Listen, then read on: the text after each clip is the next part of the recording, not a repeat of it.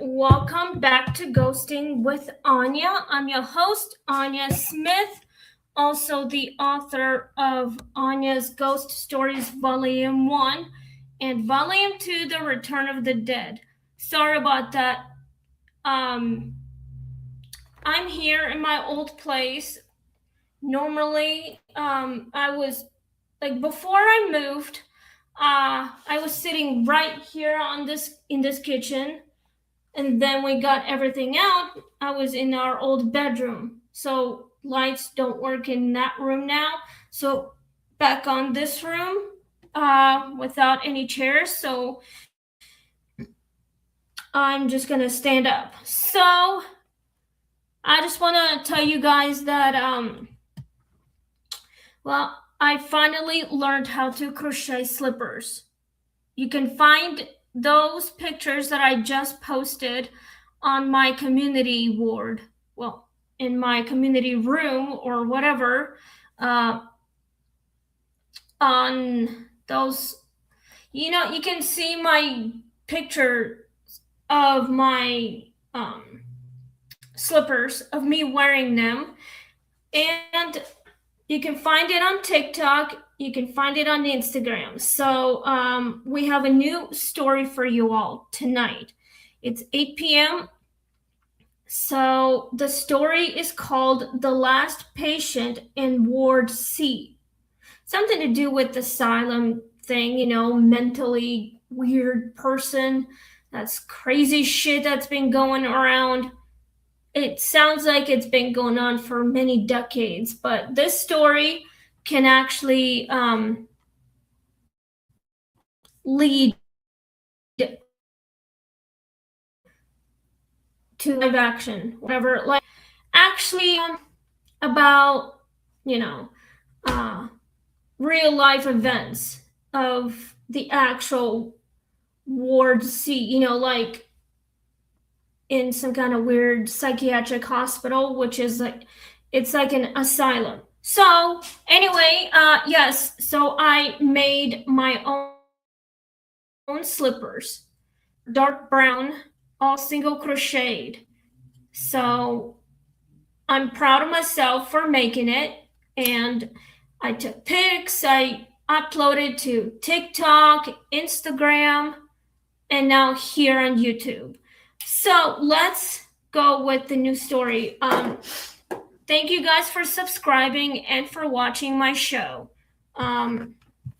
Tomorrow night will be my last night of being at my old apartment to do my actual show, like right here. This was our home, and I worked from home for like almost a while, like a few months now, maybe almost a couple months now, actually about a month. So yeah, Thursday I will be doing my live streaming from our new house. We are officially out of this place.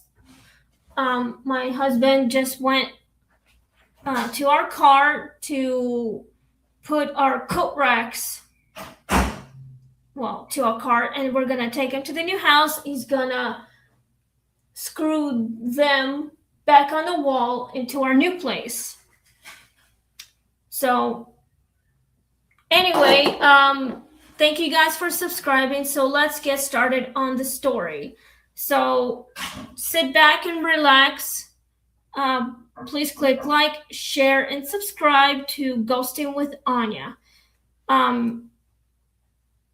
Anyway, just be brave enough and let's get started on the show. So let's get started on this story, and I can't wait for you guys to see my new episode. By tomorrow, it's going to be our last part of doing my show here tonight. Tomorrow night is my last night here, even though we don't sleep here anymore. So we are in our new house for nighttime. I'm here just for the show, and once we get our internet going, I will be doing my show at the new house. I can't wait for you guys to see the new location. You probably could see. So let's get started on this show. Yep, let's get it started in here. Let's get this party going. Yep. All right, let's get started on the show. So it's called The Last Patient in Ward C, episode 145. Dr. Helen Morse had spent 20 years in medicine and long since lost patients with folklore or old hospitals. Attracted stories the way damp walls attract mold, and most of them grew from grief, stress, and the desperate creativity of people forced to sit to near uncertainty. So when the night nurses at Briarwood Rehabilitation Center began talking about a last patient still wondering the shuttered Ward C, Helen dismissed it as staff fatigue feeding on old architecture. Ward C had closed after a major renovation shifted long-term care to a newer wing, but the original corridor remained structurally intact behind locked fire doors, used only for occasional storage and maintenance. Access staff said the lights there sometimes came on by themselves. More than one orderly had reported hearing a call bell ring from rooms whose wiring had been disconnected. Helen considered the whole matter as administrative annoyance until she heard the bell herself during rounds at 2:03 a.m. This is so freaking creepy. I mean, if I were those patients, I would go completely insane. Chris, what do you think about it? I think they would be insane. If you were in one of those psychiatric asylum hospitals? Yes. In being in the Ward C? Yes. What would you do if you were in there? I don't know. Kill yourself probably? Probably. Lose your mind, attack someone for giving you some kind of drug you don't want? Yep. I probably would do the same thing. I mean, come on. If I were Dr. Helen, I would literally try to figure out what is happening to these patients. But I could go undercover anytime soon. But we're not actually going there. This is just a story. All right, so let's continue on. The sound came sharp and clear through two sets of doors and a long cross corridor, impossible to mistake for anything else. Helen stopped mid-step while the nurse beside her, Ava, looked instantly uncomfortable in a way that suggested prior acquaintance with the noise. It does that, Ava said too quickly. Helen demanded a key and headed straight for Ward C despite Ava's visible reluctance.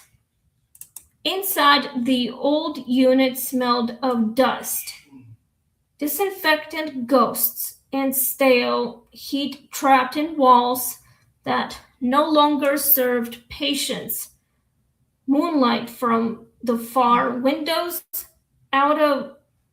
cut the hall into pale bars. Most room doors stood open, revealing stripped beds and stacked equipment. Then the call bell rang again, this time from room 12, where a soft yellow lamp glowed though the circuit panel for the ward had been turned off months earlier. Wow, something tells me these spirits are just trying to get everyone's notice. Have you ever visited that kind of place when you were visiting your loved ones who went mentally insane? Like criminally mentally insane? Would you ever experience a lot of paranormal stuff? That's what these patients were experiencing. They don't know why they're at the psychiatric asylum hospital. Perhaps they were trying to, I don't know, hurt themselves, or they're trying to escape from the place where they're about to get themselves shocked. I mean, like electrocuted, maybe, um, erase their own memories. Perhaps the doctors did it, or whoever did it, and the spirits are here probably just to do something stupid as well. Okay. Well, the spirits are just trying to get everyone attention. They just want to be noticed, and they want to be remembered who they were, what they did before they went cuckoo, before they actually went crazy, insane, mentally, like literally mentally. All right, let's continue on the story. Helen entered room 12 expecting faulty emergency backup power, or perhaps a trespasser who had found shelter in the unused wing. Instead, she found a room arranged as though it were still occupied. Bed sheets lay turned down neatly. A water pitcher stood on the bedside table beside a folded cloth. The monitor was dark, but intact. Most disturbing of all, the bed bore the shallow impression of a body recently risen from. Helen crossed to the call button cord hanging by the pillow. It was unplugged. While she stared, the bathroom door opened inward by an inch and then stopped. Ava whispered from the threshold that they should go. Helen ignored her, pushed the bathroom door wide, and found no one inside except a wheelchair positioned carefully in front of the sink. Oh man, if I were them, I would clearly try to figure out what the fuck happened in that psychiatric hospital. Perhaps it's been shut down and spirits are literally, I don't know, decided to take over and mess with everything. And when the living decides to get it working again, perhaps maybe the living doesn't know that there's any dead people, but one of them already knows about it. So, afraid to admit it, and decided just to go on with their days until Helen decided to investigate it as well. All right, let's continue on. The next day, Helen pulled archived records despite warnings from administration to leave closed unit history alone. Ward C, she learned, had once housed long-term patients whose departures were measured less by recovery than by obituary. Room 12 specifically had belonged for several years to a man named Edwin Hale, a former school principal with advanced illness and a reputation for pressing his call bell not from panic but from habit. Whenever he needed another blanket straightened, another book handed over, another assurance that someone still intended to return. Nurses' notes described him as meticulous, articulate, and resistant to transfer when talk of closing Ward C began.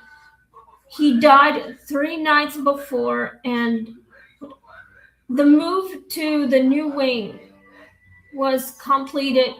One note written by a nurse with shaky penmanship read simply, he kept asking whether they would remember to move his room too. Helen found the detail unexpectedly painful, not because it proved anything supernatural, but because it felt exactly like the kind of question a person asks when their world has shrunk to a bed, a window, and the handful of strangers who keep promising continuity. That night the bell rang again. This time Helen went alone.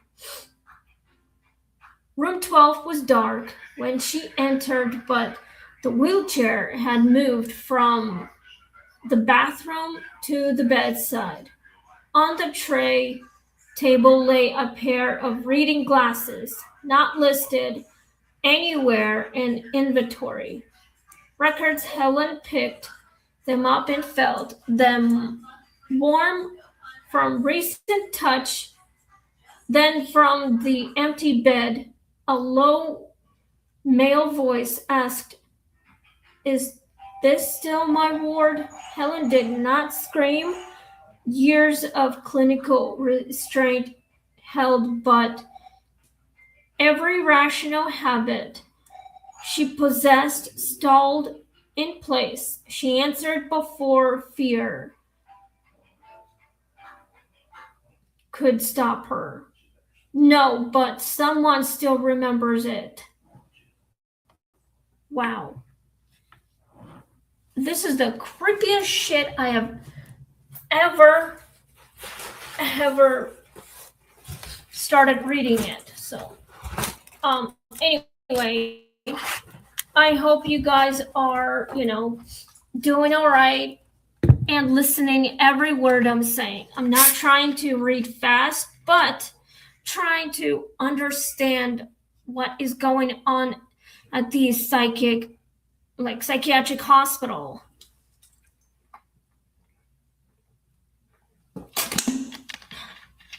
Sorry guys, my voice is always dry. Anyway, let's continue on the story. We are in about 18 minutes. So after the story, we will be doing questions with answers. I hope you guys have any opinions going on, and also I hope you guys have any comments going on. I hope you guys let me know what is going on, because I really want to know. Anyway, let's continue on the story. If you guys are brave enough to listen to it, please let me know. It's already 28 minutes after 8. The air in the room changed at once. Not colder exactly, but attentive. The mattress depression deepened as if someone had settled back into it. Helen found herself speaking in the same calm tone she used with anxious patience. She explained that the ward had closed, that people had moved, that The building remained, but not the routine he knew. The voice asked no more than three questions: whether Nurse Catherine had retired, whether the books in the common room had been thrown away, and whether they had opened the curtains that faced morning light in the new wing. Helen, who had not known any of these answers an hour earlier, promised she would find out. A long silence followed. Then the call bell cord swayed gently against the rail, though no hand touched it. "Thank you, doctor," the voice said, with the tired politeness of a man trained not to trouble staff more than necessary. Helen did what she promised. She learned Nurse Catherine had indeed retired to Arizona years earlier. She had to common rooms books moved from storage to the newer rehabilitation lounge. She instructed maintenance to open the east-facing curtains in the long-term hall each morning rather than keeping them half drawn. These were small acts, administratively meaningless in the scope of hospital work, yet after they were done, the call bell from Ward C sounded less often when it did ring. It came only once at a time, almost like acknowledgement, instead of insistent on her final overnight shift before transferring hospitals. Helen visited room 12 one last time. The bed was flat. The wheelchair stood tucked neatly into the corner. On the pillow lay Edwin Hale's reading glasses, folded carefully atop a library card for a school book due back in 1968. Helen took neither. Some patients, she later said, are only discharged after someone answers the right question. Oh, that is so sweet how a gentle patient named Edwin Hale, he was a school principal. I mean, before he went cuckoo, he was a sweet, gentle guy, and he loved reading books, and he loved school. He loved working with children. So, I don't know what happened to Edwin. I don't really know what happened to him many years ago, but I hope he found peace, even though he has passed on. And, I hope he finally got the answers. All he ever wanted was to get some acknowledgments.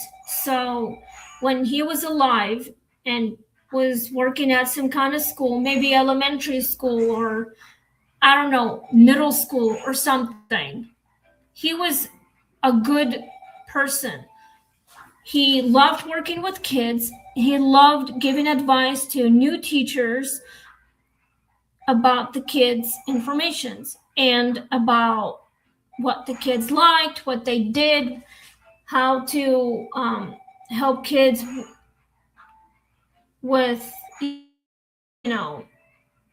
the classes that they need to go to or whatever. But this man was gentle and nice, but somehow the illness progressed even worse than that. He decided to go to a hospital.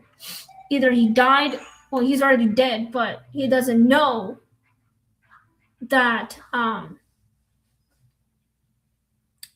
Well, he just doesn't know he's dead, so everyone knows about it. But we don't know which hospital that this man was in. Maybe it was the psychiatric hospital, but I don't really know. We'll find out once we get the questions started. So we are in about 25 minutes. So let's go with the questions now. Even though the story is finally done, we'll be doing another story by tomorrow, hopefully. So let's start with all the questions because we got 10 questions, maybe 10 answers. Hopefully, if you guys have any questions about the story, leave me a comment down below. Just let me know what you guys think because I would love to hear from you. Let me move my laptop maybe a bit closer to that way. There we go. Perfect. So, okay. Anyway, let's get started on the questions. Do you think Edwin's ghost was haunting room 12 or waiting for reassurance? I think he was waiting for the assurance. He wasn't trying to haunt it. He was trying to get the answers that he's been looking for since the day he died. So I think he just wanted some acknowledgments, and I think he finally got it.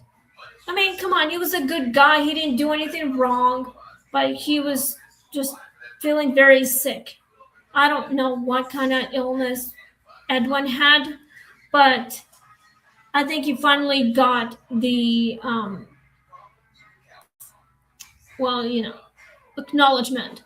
But hopefully he found peace as soon as, Dr. Helen was trying her best to give him some answers. Just whatever, but good thing he finally moved on into the afterlife. Let's go to number 2. What is more unsettling, the bell ringing or the room appearing occupied again? I'm guessing the bell ringing constantly for no damn reason. And maybe I think the room appearing a million times whenever, even though Ward C is like closed, but nobody's in that wing anymore because everyone's gone. Because they have a new wing now, which is like another side of the hospital, something like that.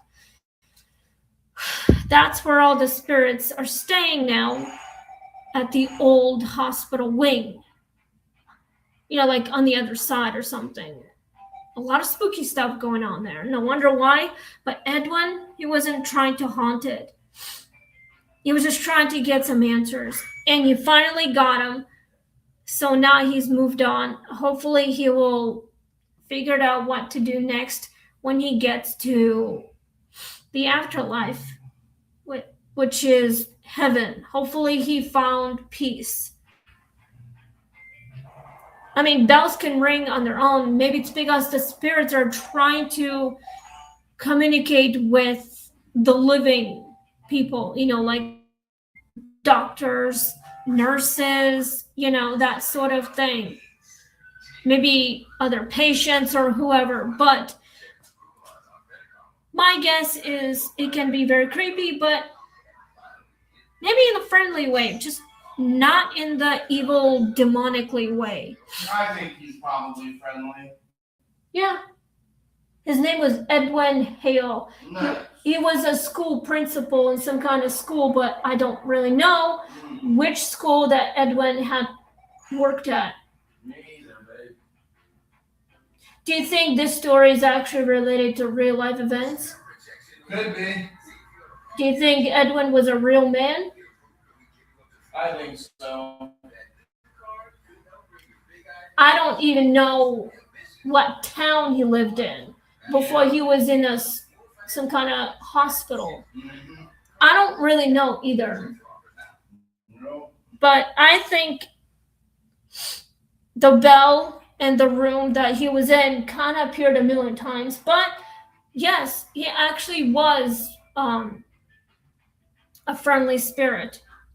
So, do we need this? No, we're good. Yeah, just leave it up here. Someone else can take over. Okay. So, almost done. Yep. All right, let's go to number 3.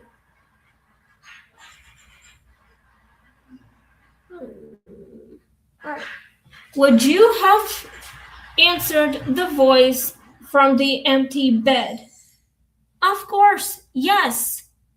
Definitely. I would love to talk to a friendly spirit that just wants answers. I mean, if you had any questions about anything, like how the world has moved on, or is like his family is still around, or his kids are all grown up now, I would probably tell this ghost, yes, everything's good now. Everyone's moved on. The kids are okay. That sort of thing. They're all grown up. They have their own shit going on.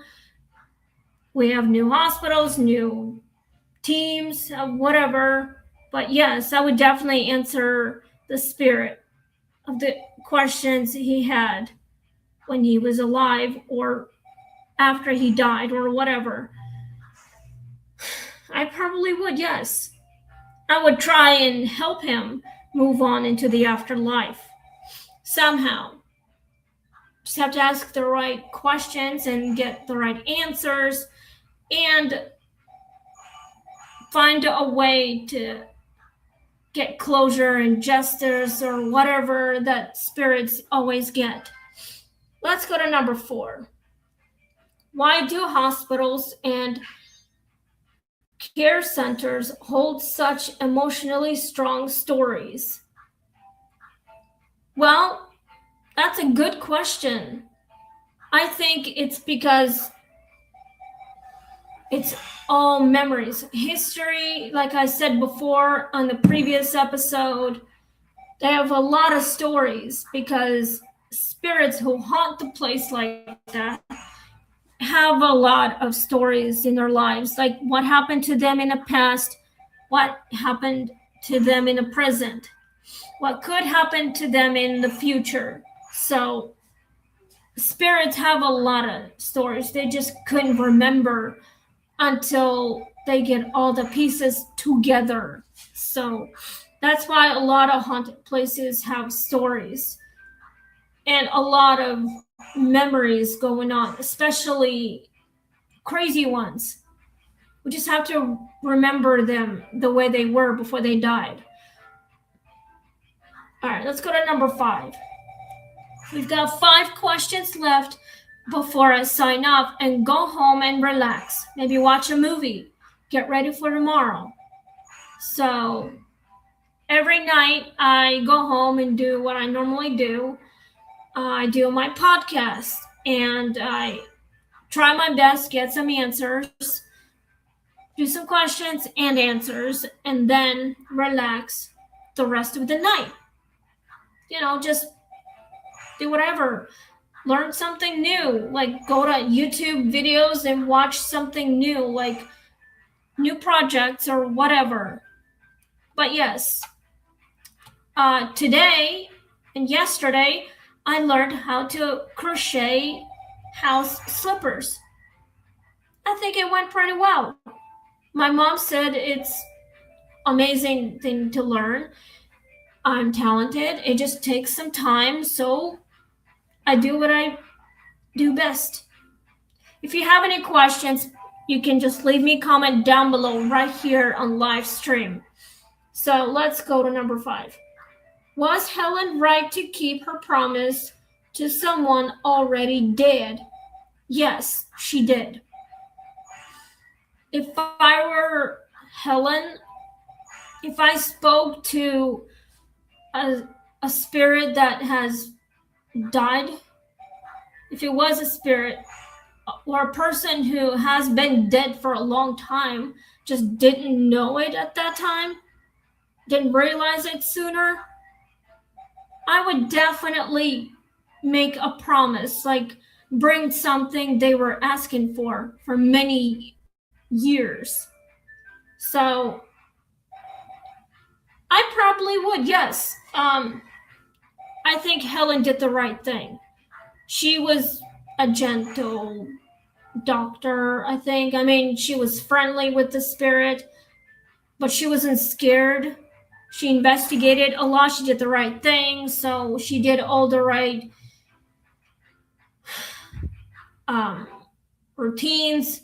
But yeah, she was not scared. She went there confident, brave. She became a legend somehow. But the spirit was happy to see her, and she finally acknowledged Edwin, and he finally got what he wanted when he was alive. So, yes, she did the right thing. Let's go to number 6. Why do you think mattered most to Edwin? Place, routine, or remembrance? I think being remembered. It's all about memories. He mattered because he loved everything. He wanted to be remembered the way he was before he passed away. Just like we got memories in this house. Old memories. Now we got new memories at the new house. Yes.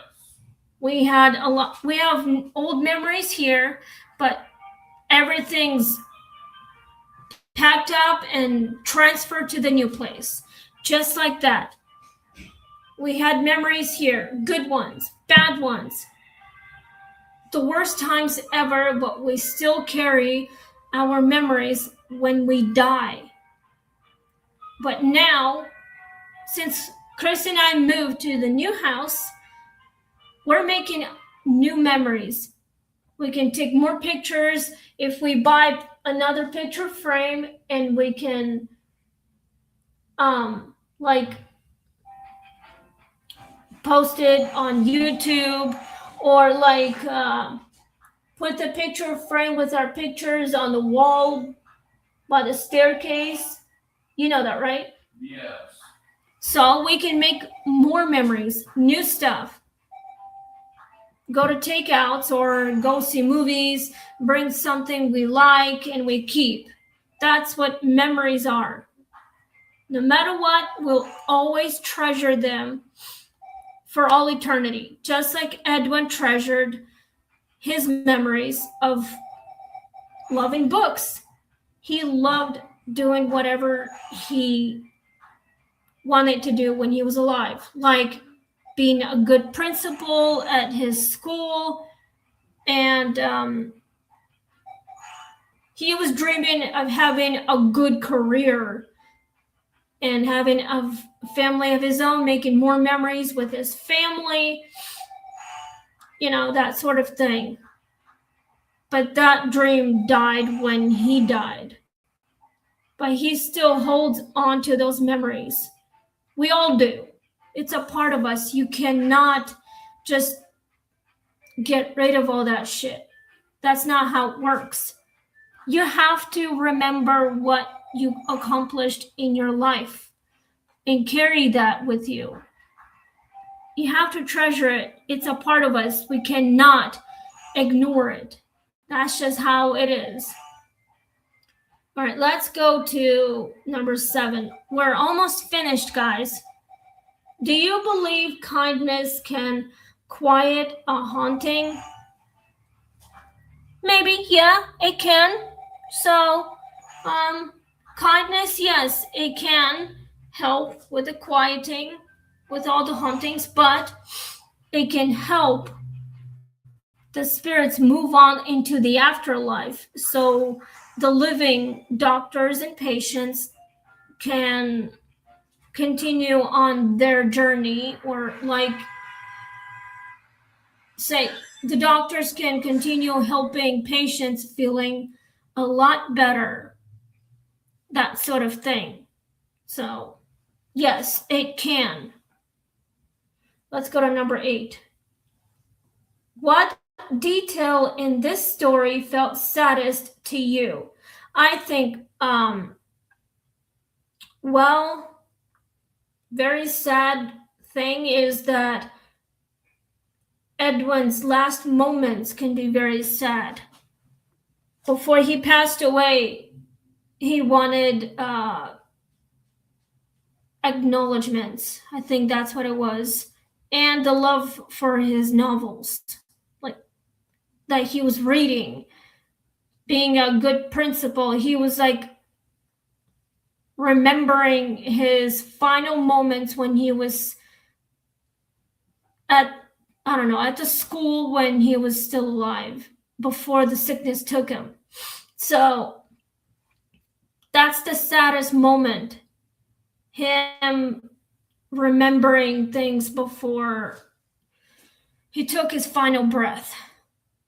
Especially the Ward C was closed even though he died. But still, good memories. And well, that's all I have for this question. So let's go to number 9. We got 2 questions left before I sign off. We are in about 41 minutes. Almost done. Tomorrow we'll be doing the news story.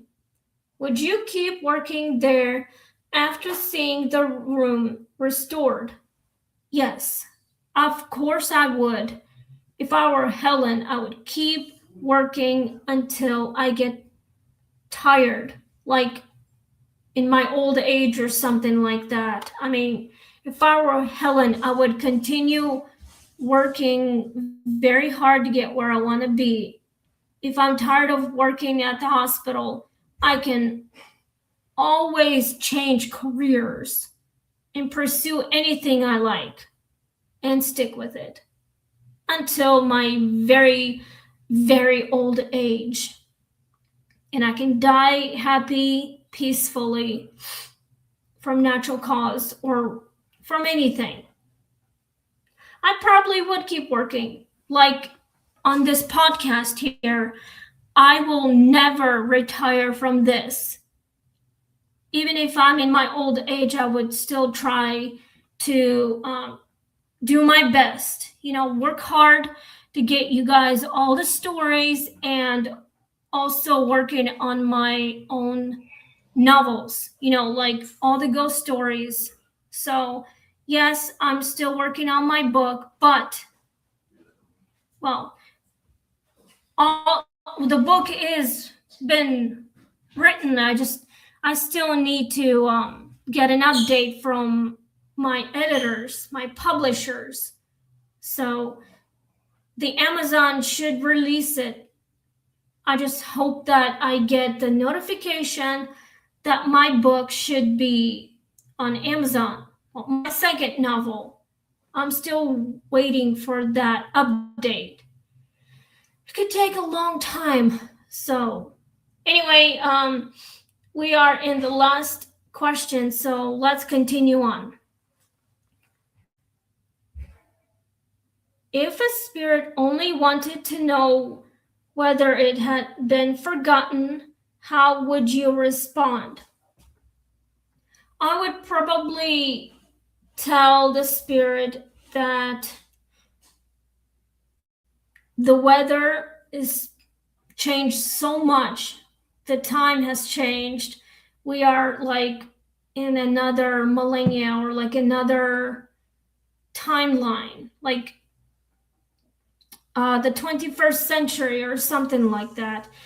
Since this person had died decades before, like time has gone so fast, people have forgotten what was right in front of us from the past.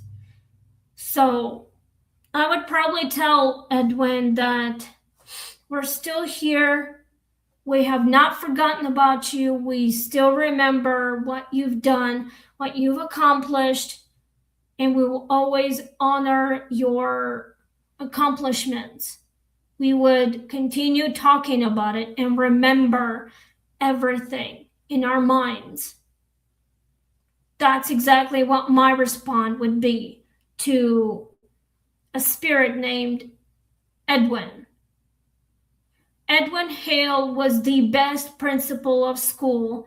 I don't know which school he was in. I don't know what town he lived in, but he was amazing. And if I ever saw him in person, I probably would help him move on into the afterlife and still remember the way he was before he passed away. All right, guys, we are out of time. So tomorrow we'll be coming back here. It's our last time being in our old place. And so the new story will be The Boy on the Church Steps, which is episode 146. So thank you guys for watching and listening, and have a wonderful night and stay safe and stay spooky, and may God bless you all. And I hope you guys continue subscribing to my channel. This show has been the best of my life, and I will continue working on this. And this is the way I earn all my incomes. It helps me pay the bills and stuff. So it makes me happy, and I hope I will continue working on the show. Soon I will be on my season 6, hopefully anytime soon. But right now, I'm about to sign off and go home and relax, get ready for tomorrow night. So please click like, share, and subscribe. And thanks for watching. Good night, everyone.